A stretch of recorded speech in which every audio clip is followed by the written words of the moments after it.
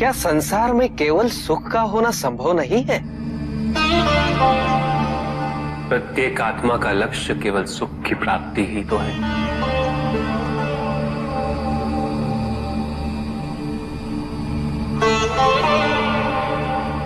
परमानंद की प्राप्ति।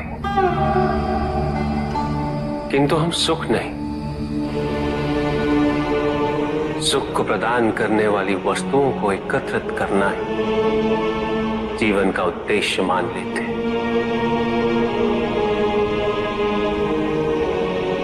ये समस्त संसार माया है, सब कुछ नश्वर है।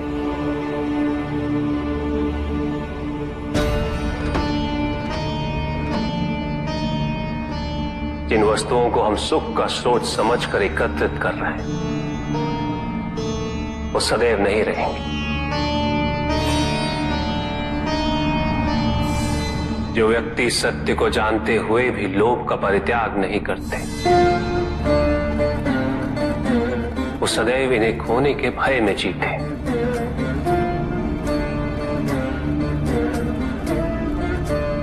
और जो व्यक्ति सत्य को जानते ही नहीं, वो अहंकार में जीते।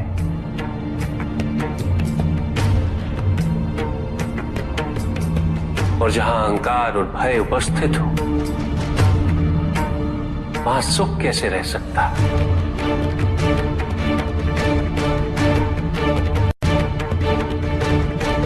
किसी को यह दुख है कि उसके पास कुछ भी नहीं,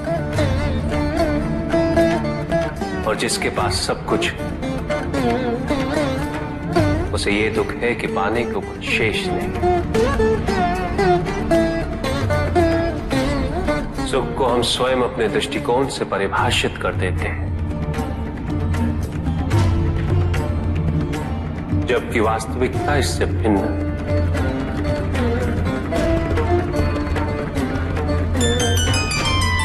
इसलिए आवश्यकता है अनासक्त रहने की। किंतु प्रभु, क्या आसक्ति स्वाभाविक नहीं है? और दुख का मूल कारण भी तो यही है ऋषि भृगु। आसक्ति हमारे मन की शांति को छीन लेती, उसे भंग कर देती।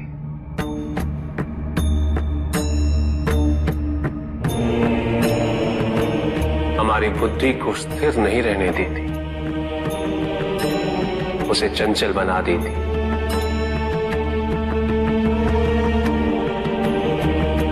आसक्ति से प्रमाद की उत्पत्ति होती। प्रमाद मद होता है, और मद अहंकार का स्रोत है। और अहंकार पूर्णतः शुभता में परिवर्तित हो जाता है,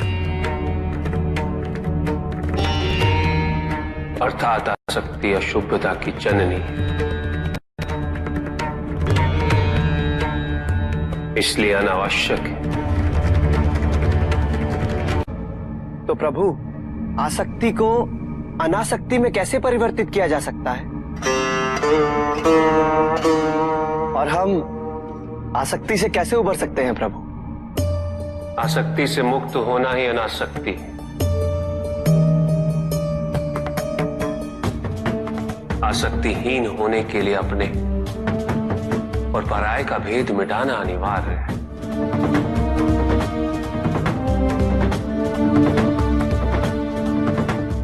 और यह तभी संभव होगा जब हम सुख की खोज बाहर नहीं, अपने भीतर करें। जब हम यथार्थ को पहचानें, उसे स्वीकार करें।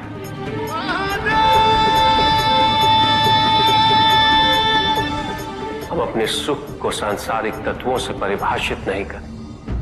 जब तक हम ऐसा करते रहेंगे, हम बंधते जाएंगे। जब हम स्वयं अपने भीतर झांकना आरंभ करेंगे, हमारी मुक्ति का मार्ग स्वतः प्रशस्त होता जाएगा। महादेव, आपने हमें दुख का कारण तो बता दिया, किंतु हम भय के बारे में भी जानना चाहते हैं।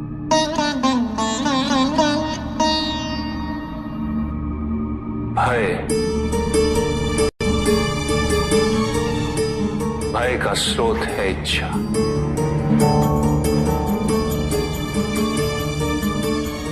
पाने की इच्छा होगी तो उसे खोने का भय भी होगा।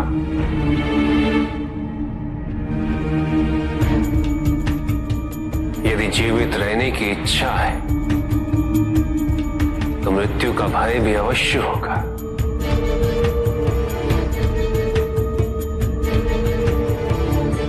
किंतु केवल मनुष्य ही नहीं, देवता, गंधर्व सभी इस भय से ग्रसित हैं।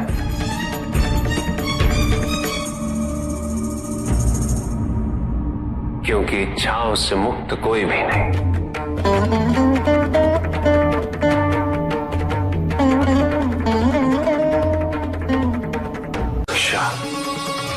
ईर्ष्या, द्वेष और निंदा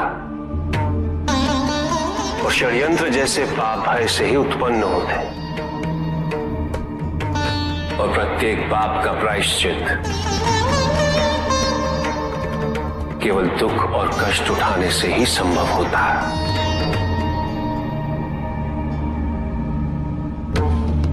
इसलिए भय भी अंत में दुख का कारण बन जाता है।